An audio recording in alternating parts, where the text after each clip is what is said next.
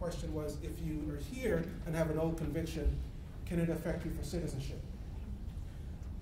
Controlled substance offenses, especially less than 30 grams of marijuana, are really tricky. It is a ground of deportability, right?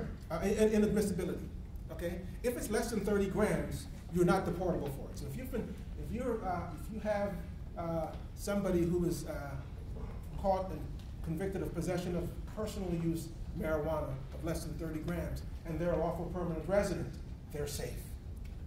They're safe. The government can't touch them. Okay? But there is a provision in the law that says if you've been convicted of a controlled offense, substance offense, and you go out of the country, even though you're not removable for it, once you're coming back, now you're inadmissible. Some of the most heart-wrenching decisions. I mean, I sit there, I just say, sir, what are you thinking of? Are people who find themselves in that precise situation. And once they do, there's another problem with the form of relief, because in order to get the relief a lot of times, because they're inadmissible, the relief is cut off because the conviction bars them from getting a lot of relief that they would otherwise be able, because it's just called a stop time rule, and it's really kind of complicated. But individuals who would otherwise not even be removable because of the conviction, and in fact, if they had filed for citizenship and naturalization, they'd get it. Think about it. You've got a conviction. It's not an aggravated felony. If you wait 5 years, you can become a citizen. But you got to go back and see somebody, and that's where advice comes in too. And that's why knowing about the immigration law is important. You've got to tell your clients, you've got to know that this is a controlled substance offense. And you've got to tell them, you can't leave, because you can become a citizen in 5 years, but if you leave, the law treats you as an arriving alien, and once you're treated as an arriving alien, you're subject to mandatory detention, and you can't even get any relief from removal. So it's coming from the ultimate, taking away the ultimate gift and putting you in the position of ultimate despair. And that's why the law is just so technical. I mean, it sort of is counterintuitive it's like the Supreme Court saying, anybody who read the statute would know that if you told them that, that's what you, but it's so counterintuitive. This narrow issue that says 30 grams or more doesn't make you deportable, and there's another section that says if you leave, you come back and you're not inadmissible, then you have to go to another provision for the 240 that says if you're removable under this provision. It's just really complicated. And so all of these things are why I think it's important to partner up because the stakes are really, really high. That is my presentation. I don't want to spend any more time. If you've got questions, I'll take it. Yes? Question. I was always curious about crimes that are convicted of murder, rape, armed robbery, and they are illegal. Do they serve their sentence before deportation, or they get deported before sentence? Well, say they're convicted of armed robbery, mandatory 10. So well, I mean, I think generally they serve their sentence. Oh, okay. Yeah. A lot of them would like to say, well, listen, can I just go? Yeah, right. Go back home. You're forgetting the statutory provision. Forget the constitutional rights. Please waive them. Just get me out of here. But save on all of that expenses. Well, you've raised an issue. But I think the way the government looks at it is it's a discretionary call. And perhaps I've heard discussions that California is thinking about sending them, and they're running out of money in California, and they're going to get. At the end of the day, California can do what I would imagine if California wants to send everybody out on bond, they'll be subject to an immigration hold, and the immigration authorities will pick them up. I don't think the immigration authorities pick them up and say you can't prosecute them, but if the state has a legitimate interest in criminal prosecution and making sure that sentence is effectuated, my sense is that's what's generally done, but I'm probably outside of my league here. Yes? Earlier you talked about us learning about the Padilla motions. Does that mean we can do Padilla motions in our courts, or are they limited to immigration courts? Well, the Padilla motions aren't in immigration courts.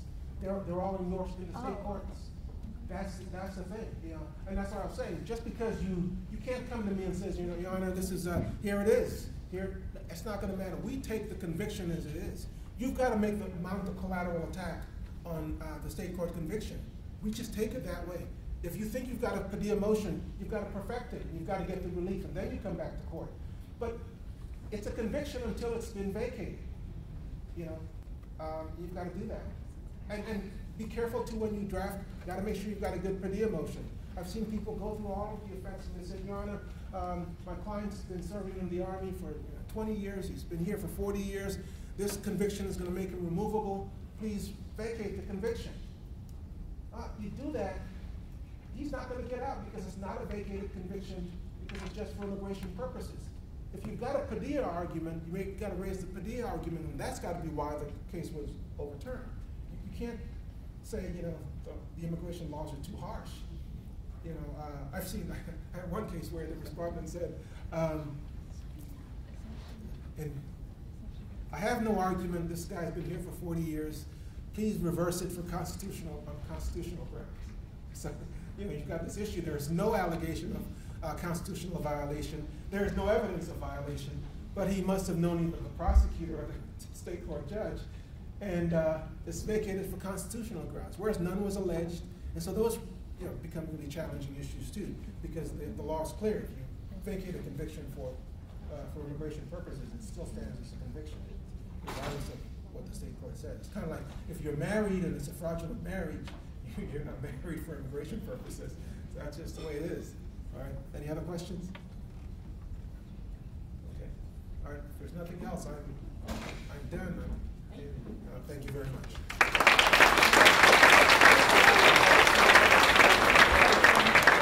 So he is a former state public defender, and he's at the federal defender, and he's going to talk a little bit about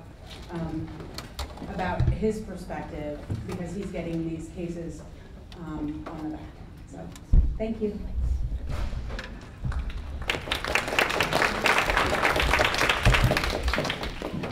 Good afternoon. I get more nervous for these than I do for a trial, so if you bear with me, I appreciate that. I see a lot of people in the room who are much more knowledgeable than I am about immigration law and criminal law. So I'm not here to instruct anybody, but just to bring a collective request from the Federal Defender Program for help so that when you're working on your cases in state court or immigration court, in the back of your mind, maybe you'll have a little voice from us with some ideas that you maybe can incorporate into a given case, give your clients a little bit of extra help beyond the individual case that you're working on. The Federal Defender Program is like the Public Defender's Office for federal court, and we have a wide range of clients, and many of whom are not U.S. citizens. And I did a count this morning of my caseload. 50% of my clients are not U.S. citizens.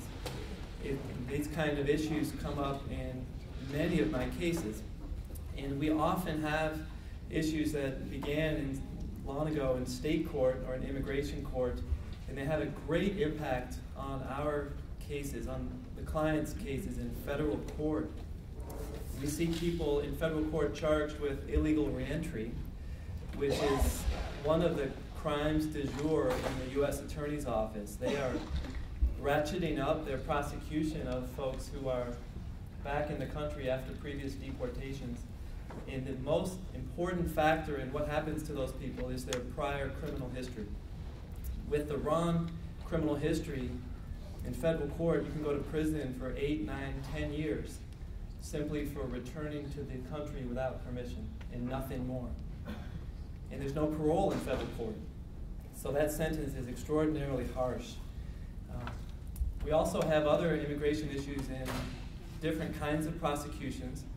There are many gang or RICO violent crime prosecutions in federal court that start in state court with a 21-year-old client charged with robbery who may be from El Salvador, and you think you just have a simple robbery at an apartment complex, and next thing you know, your guy's in a federal indictment charged with a RICO conspiracy, and he's going to get life in prison without parole. And a lot of this is behind the scenes. When you're in state court, you have to focus on your case, obviously. And you have to do everything that serves your client's interest in your case.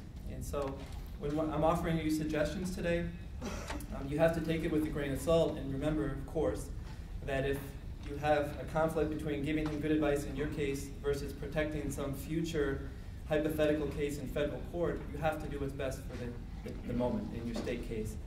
But to the extent that you can give us and your clients a little bit of help going forward, these are our requests. I canvassed my folks at the Federal Defender's Office. I'm sort of a spokesperson today.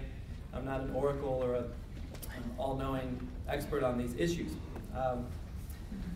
What we want you all to think about is whenever you have a client who's not a U.S. citizen, behave as if the case will go to federal court. Assume everything is going to go federal. The U.S. Attorney's Office in this district has been picking on immigrants more and more over the last 4 or 5 years. They have been spending a lot more time canvassing the state courts, poaching clients from state court, and spending an awful lot of money on task forces with local police departments and federal agencies to bring as many immigrants to federal court as possible. And it really does appear to me like they're being bullies. They are picking out people that are easy targets. They have very little problem proving an illegal reentry case. I mean, it's not complicated to prove that someone was deported 3 years ago and he's back here now and didn't have permission. And the penalties are so draconian that it appears to me and a lot of my friends at work that our immigrant clients are being picked on. And there are some things you can do in your cases to help them. And I've been thinking about this sort of in 2 different ways, as if the clients have an illness of some sort. So you can bear with me. Assume for the minute that the case that you have with him, or whatever he's currently in jail for, is sort of an ongoing illness, like the flu. And you have some things you can do to provide immediate help for him, and some suggestions that we have that you can give him Advil or antibiotics or something to help him in the moment, even in your representation of him. And then there's also some suggestions we have for long-term well-being, long-term health of your client, sort of going forward, things that you can do sort of like exercising and eating well that can help him, giving him sort of a better hope in the future with future consequences. So his current condition, let's say we have a guy in the DeKalb County Jail charged with driving on a suspended license or robbery or battery. And if he's not a U.S. citizen, you have to be very paranoid about his exposure in federal court. What I would like folks to do, if you can, and I know you're busy, but in that first meeting with the client, tell him that there may be an immigration agent who comes to the local jail to interrogate him. The ICE agent doesn't need to provide counsel. The ICE agent's interrogation does not violate his right to counsel in your state case because it's a different prosecution. So your client doesn't have a right to counsel yet. And the immigration agents will come to the jail and interrogate him.